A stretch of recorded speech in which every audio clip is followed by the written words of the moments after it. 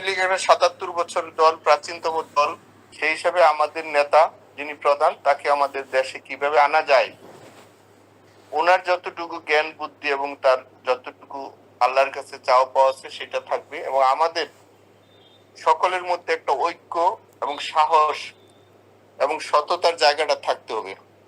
Social মিডিয়ায় 11 minute 9 সেকেন্ডের একটি অডিও রেকর্ড ভাইরাল হয়েছে। তাতে গাজীপুর সিটি কর্পোরেশনের সাবেক মেয়র জাহাঙ্গীর আলম শেখ হাসিনাকে দেশে ফেরাতে আপ্রাণ চেষ্টা চালাচ্ছেন, গোপনে করছেন আওয়ামী লীগকে পুনর্বাসন। তাকে দলের নেতাকর্মীদের উদ্দেশ্যে বলতে শোনা যাচ্ছে, দলের প্রধান শেখ হাসিনাকে কিভাবে দেশে ফেরানো যায় তার প্রস্তুতি নিন। মনে রাখবেন, যদি একসঙ্গে হই, কোনো শক্তি আমাদের দমাতে পারবে না। ভাইরাল হওয়া অডিওতে জাহাঙ্গীর আলম আরও বলেন, আমাদের কি করতে হবে ২৪ ঘন্টা আগেই তা জানিয়ে দেওয়া হবে।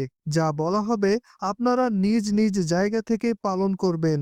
দ্রুতই আপনাদের সিদ্ধান্ত জানানো হবে। আমরা ১ লাখ মানুষ যদি একসঙ্গে হই, কোনো শক্তি আমাদের দমাতে পারবে না।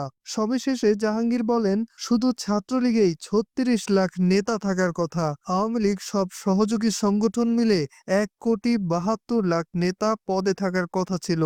নিজ নিজ ওয়ার্ডে নিজেদের অবস্থান তৈরি করতে হবে, তাহলেই সারা দেশে আমাদের অবস্থান হয়ে যাবে।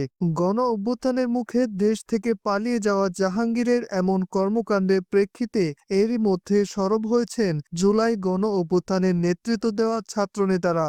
তারা বলছেন আওয়ামী লীগ একটি সন্ত্রাসী রাজনৈতিক দল। বিদেশ থেকে তারা দেশকে সংকটের দিকে ঠেলে দিতে চাচ্ছে। এজন্যই দেশের অভ্যন্তরে পালিয়ে থাকা নেতাদের এসব নির্দেশনা দিচ্ছেন তারা। সবার ঐক্যমতের ভিত্তিতে আওয়ামী লীগের এসব অপকর্ম প্রতিহত করতে হবে। মোহাম্মদ নাজমুল হাসান পুলক, আজকের বাংলা নিউজ ডেস্ক।